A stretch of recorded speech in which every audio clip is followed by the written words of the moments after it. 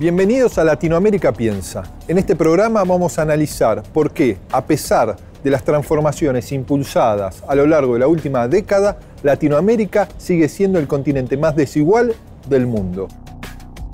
Posaremos la mirada sobre los aciertos, pero principalmente sobre aquellas políticas pendientes que hubiesen permitido transformar radicalmente un esquema de profunda inequidad en América Latina.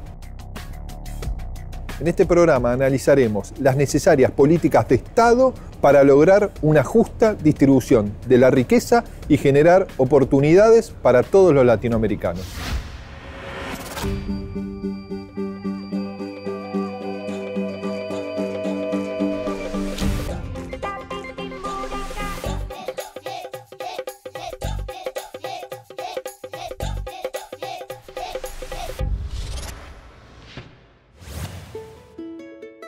Não é um prato de comida que vai resolver o problema do pobre. O prato de comida vai dar para ele possibilidade de ter mais saúde, ter mais disposição de trabalhar, ter mais disposição de procurar resolver os problemas da sua vida. Com fome, ele não faz nada. Aliás, eu aprendi uma coisa. A fome não leva nenhuma nação à revolução. A fome leva uma nação à submissão.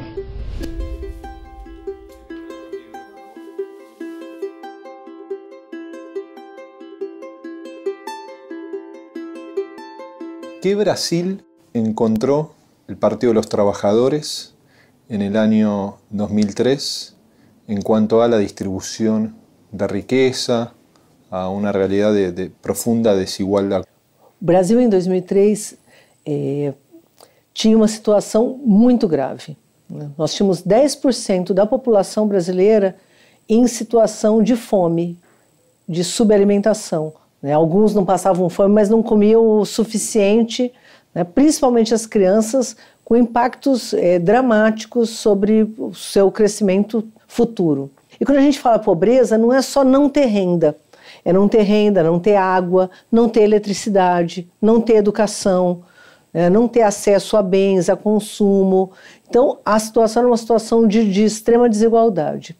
Quando o presidente Lula assumiu, ele anunciou o que a gente chamou depois de programa Fome Zero, que era a ideia de que ele ficaria feliz se ele terminasse o seu mandato tendo as pessoas comendo 3 vezes ao dia. E isso acabou gerando, tinha gente que achava que era pouco, nós lutamos tanto para que as pessoas só possam comer 3 vezes ao dia, então nosso projeto de transformação era muito maior, e tinha gente que achava que isso era um delírio do presidente, que a fome no Brasil sempre existiu e ia continuar existindo, e que, portanto, era demagogia do presidente Lula. Nosotros logramos reducir considerablemente los niveles de pobreza en el país y reducir en más de 5 puntos porcentuales, de acuerdo a la CEPAL, las desigualdades sociales. ¿Quiénes perdieron sus privilegios? Los grupos de poder económico que estaban acostumbrados a utilizar los resortes del Estado para beneficio propio. Eso nunca me lo iban a perdonar y no me lo han perdonado hasta ahora.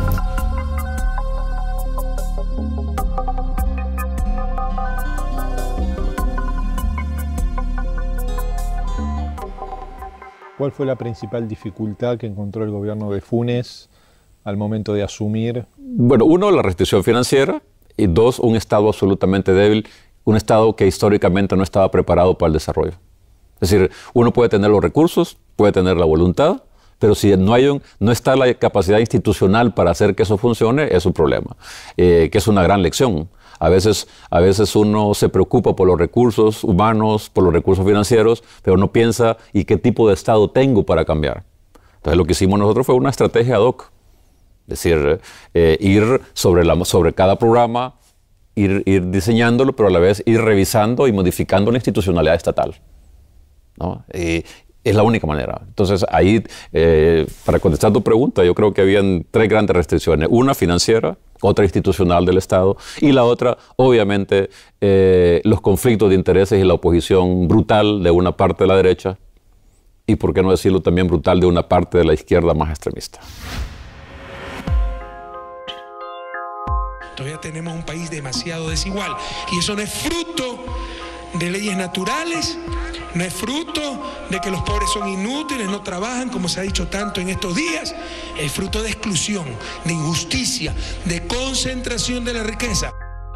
Los pobres no necesitan caridad, necesitan justicia, igualdad de oportunidades, compañeros. Eso es lo que buscamos.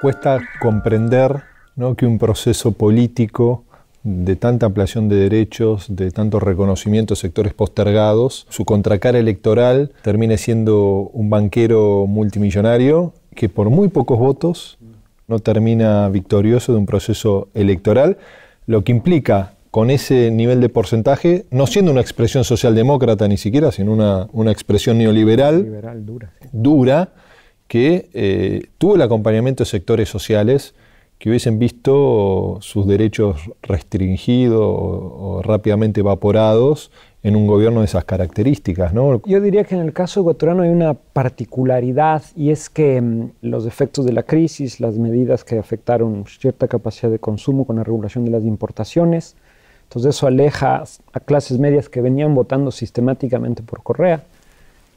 Pero el problema fue como el bloque popular que configuró Correa fue fragmentándose, disolviéndose e incluso confrontándose, porque Correa rompe, toma distancia y confronta también al movimiento indígena, a ciertos sectores sindicales.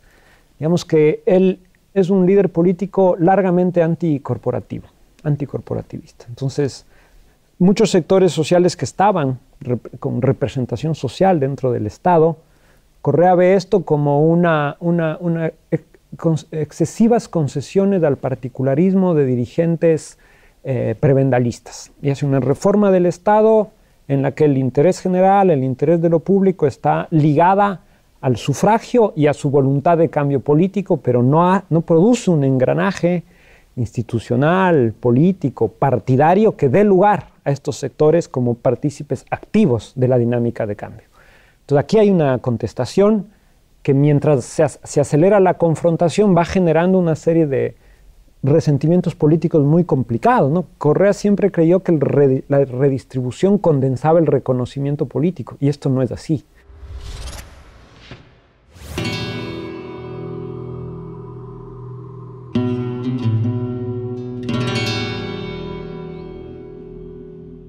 Mi nombre es Carlos Albarracín, estamos en Fiorito, Loma de Zamora. Yo soy de la cooperativa Amanecer de los Cartoneros, MT, Movimiento Trabajador Excluido. Este Icardi no la coloca ni de onda. Y hoy la realidad del barrio está media complicada, hoy se nota que hay más hambre, tenemos muchos problemas porque tenemos comedores acá en el barrio que 2 o 3 veces a la semana dan de comer a los chicos, y que hoy los recursos no están viniendo, los alimentos que tenían que mandar no están viniendo del Ministerio de Desarrollo. Hay comedores que han arrancado con 50, con 30, con 40 y hoy están desbordados con 70, 80, 90, 100 chicos. Y esa es una realidad y hoy lo vemos que hay mucha necesidad. Y que el Estado lo mira por arriba, no está mirando el problema acá abajo.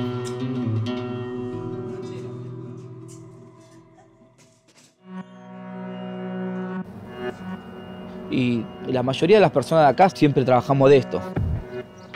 Siempre trabajamos de ir a buscar el cartón, de ir a reciclar. Antes nos decían ciruja, hoy ya somos otro nivel, somos recicladores hoy, ¿viste? La necesidad que pasamos del 2001 fue una necesidad que han vivido los argentinos, fue una tragedia, fue algo tremendo que nos llevó a esto, y creo que eso nos hizo más fuerte, porque ver de la necesidad y de lo desperdicio de la gente, lo que para la gente simplemente la basura, para nosotros era algo muy importante.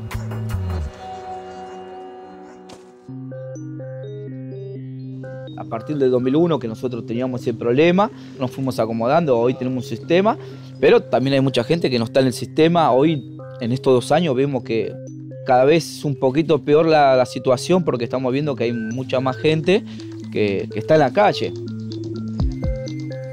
Si nosotros no existiéramos, las empresas grandes de cartón y todo eso no existiría.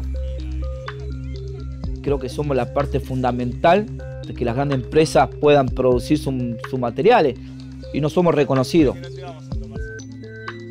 Y esa es la pelea que tenemos siempre, la tenemos de por vida y queremos que nos reconozcan como trabajadores, que nos reconozcan por el trabajo que hacemos.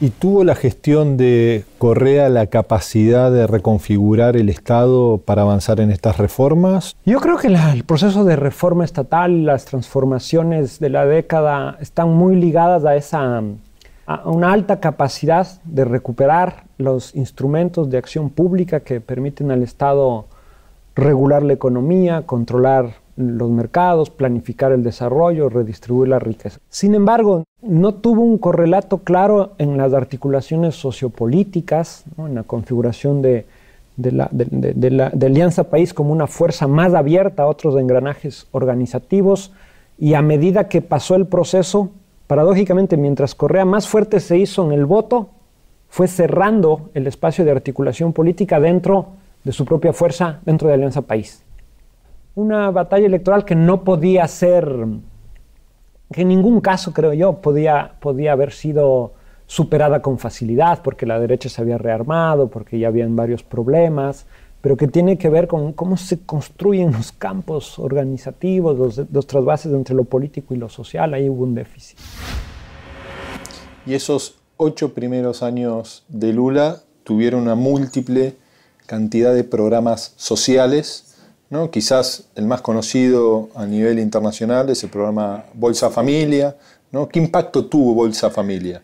O Bolsa Família ele acabou sendo um programa que completou a renda de famílias com crianças, que são famílias que trabalhavam e mesmo trabalhando não recebiam o suficiente.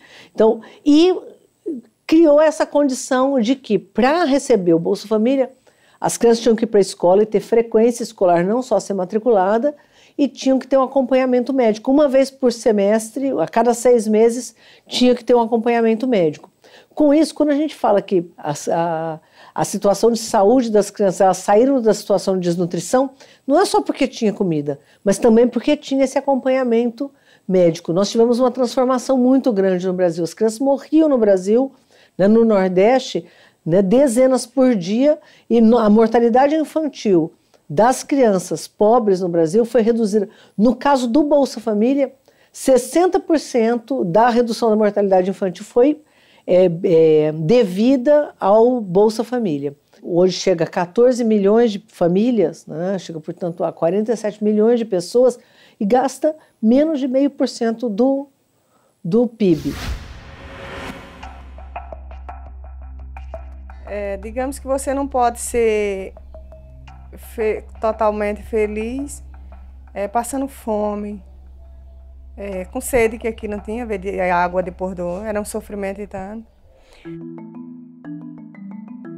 Do Bolsa Família, aí nós fomos começando a se libertar, aos poucos. Agora, hoje, mudou. Mudou, todo mundo vai à venda, compra um frango, compra um quilo de carne, compra o café, compra o açúcar, o macarrão, o óleo. Aí vai comer. Mas antigamente, meu filho, era pesado.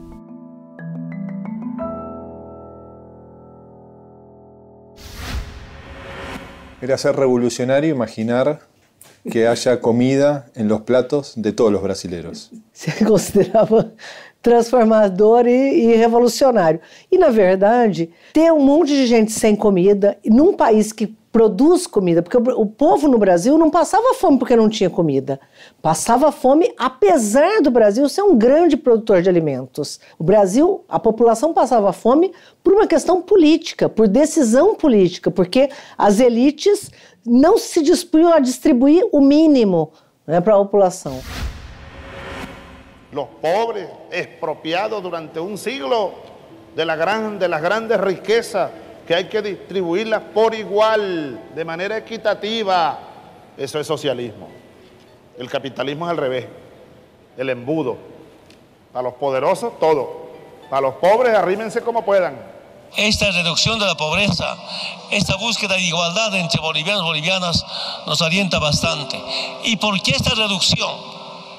Después de la recuperación de nuestros recursos naturales, la nacionalización de los hidrocarburos, ahora la riqueza no se exporta, ahora la riqueza no se privatiza, sino más bien la riqueza se queda en Bolivia y se democratiza y socializa. El Estado tiene que tener responsabilidad, tiene que intervenir para obligar que se reparta. Esto por un lado en las relaciones laborales sanas, pero a su vez, como en la vida hay gente que queda al costado por factores X, el Estado tiene que tener planes sociales. Y sale mucho más barato tener planes sociales para atender que las consecuencias de no atender. ¿Cómo ves el presente de Centroamérica en cuanto al desafío de distribuir riqueza y oportunidades? Bueno, Centroamérica está pasando por un momento muy complejo, por el tema de la violencia, por una parte, pero también por el tema de la profundización de las desigualdades. Y todo esto tiene que ver entonces con el proceso de globalización, donde grandes capitales, grandes empresas, grandes grupos económicos cada vez controlan más las economías, las actividades, y por tanto hay una brutal concentración del ingreso en la parte alta de la sociedad, ¿no? Hay cosas buenas, la pobreza ha disminuido en la mayoría de países de la región, pero en general, en términos de desigualdad, no hay buenas noticias. El Salvador es el único país que ha disminuido desigualdad de manera fuerte. De hecho, según el último estudio de CEPAL, El Salvador es el país que más ha disminuido desigualdad en los últimos 6-7 años. El problema es cómo sostenerlo. Lo difícil es mantener y profundizar reformas que impidan que esa pobreza vuelva a aumentar nuevamente.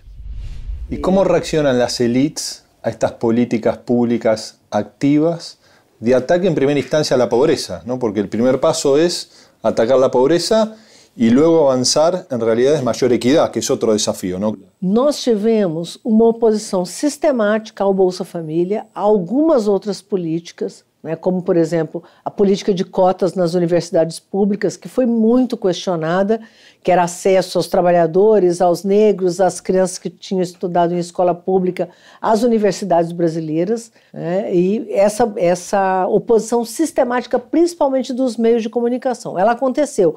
No começo, você podia ter uma discussão, porque era um debate ideológico. Agora, depois de 10 anos, nós já tínhamos os dados mostrando o que o Bolsa Família tinha gerado para o Brasil, que o Bolsa Família era bom não só para os pobres, mas era bom para o Brasil, inclusive ao gerar a possibilidade de consumo, ativar a dinâmica interna nas cidades, era bom para a indústria, era bom para o consumo, era bom para o comércio, era bom para o serviço, que a população tivesse acesso à renda. Então não era mais justificável que se mantivesse um discurso de oposição ao Bolsa Família. Nós temos dados suficientes hoje para mostrar que esse debate é um debate ideológico contra a pobreza, isso é preconceito contra os pobres.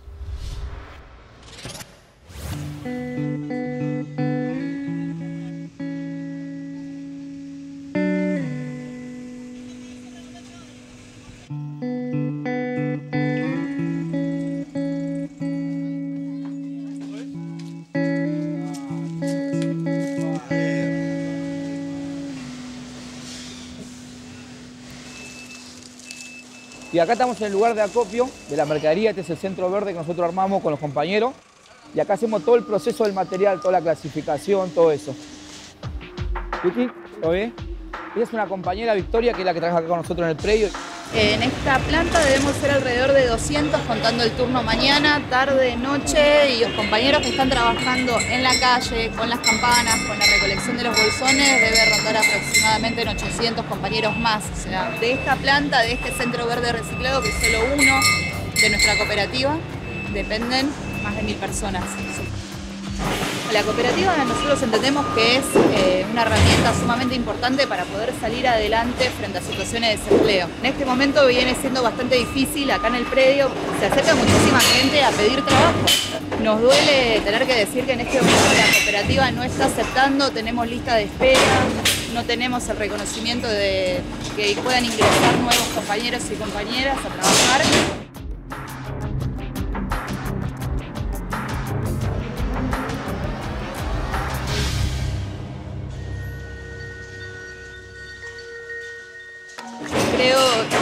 convencida de que nuestro país tiene una potencialidad para poder generar recursos, para poder brindar trabajo en este momento, la situación que estamos atravesando, y cada vez más vivimos en un país totalmente desigual.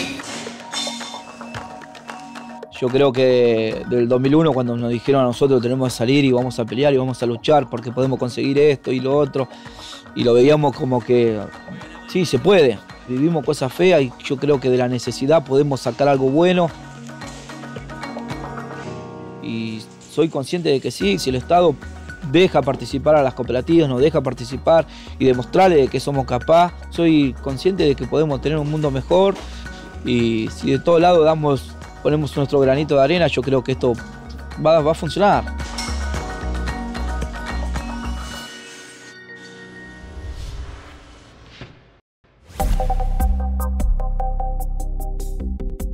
Y la cooptación por parte de ciertas corporaciones de la realidad del funcionamiento del Estado complejiza esa posibilidad de desarrollo y posterior distribución de esos beneficios a toda la sociedad. Por supuesto, porque ahí hay que hacer una distinción. O sea, la desigualdad, a diferencia de la pobreza, que la pobreza tú la puedes atacar con políticas públicas coherentes y sistemáticas, y un gobierno puede ver resultados concretos en 4 o 5 años. La desigualdad es diferente, porque la desigualdad al final tiene que ver con el funcionamiento de todo el sistema económico. En los últimos 20, 30 años, lo que ha habido es una concentración brutal de la riqueza, que es un fenómeno mundial. La diferencia es el tema del Estado. Es decir, no es lo mismo la operación de los grupos de poder económico, político, donde hay estados fuertes, donde hay democracias que funcionan, donde hay contrapesos sociales o institucionales, a países donde no existen estos contrapesos y esta fuerza institucional.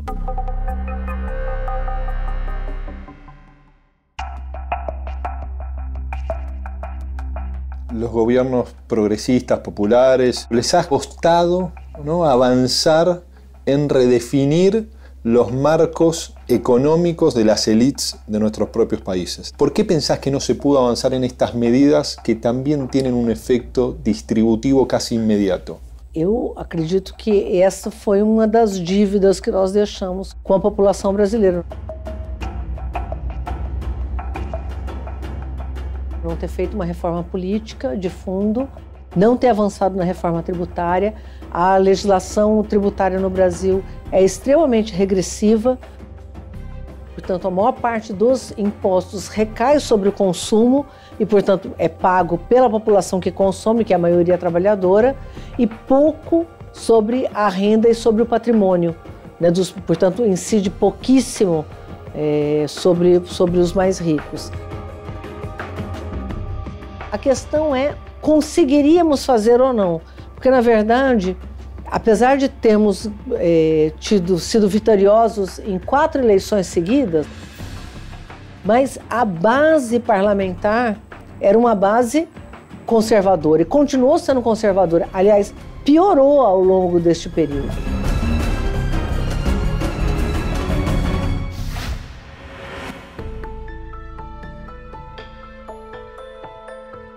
En este afán por el bien común, que este esfuerzo ayude siempre a crecer en un mayor respeto a la persona humana en cuanto tal,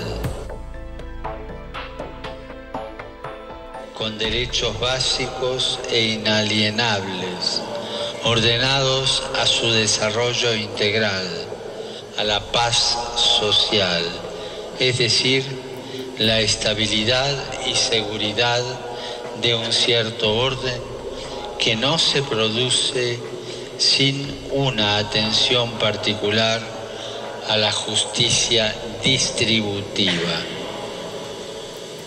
que la riqueza se distribuya, dicho sencillamente. ¿Es posible que nuestra América Latina deje de ser el continente más desigual del mundo? A mí me parece que esta década, con todas sus vicisitudes, dejó sentadas algunas cuestiones fundamentales para la disputa política en el futuro. Yo veo difícil que eso se vaya para atrás fácilmente, o al menos no sin generar una alta conflictividad social.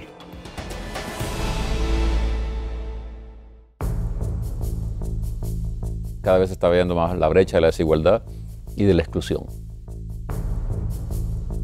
A grande maioria da população não sabe o que está acontecendo.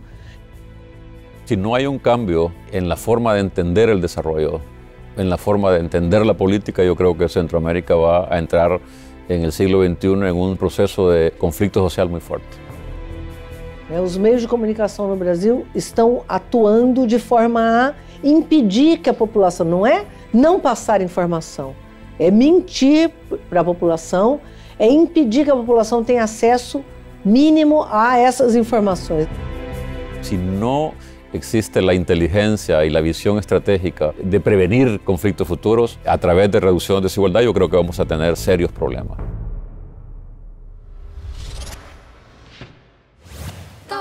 En el próximo programa en Latinoamérica Piensa dialogaremos con Marco Enrique Minami, una de las principales figuras de la izquierda chilena y de nuestro continente. El 3 veces candidato a presidente de Chile se anima a imaginar alternativas distintas para la izquierda en América Latina.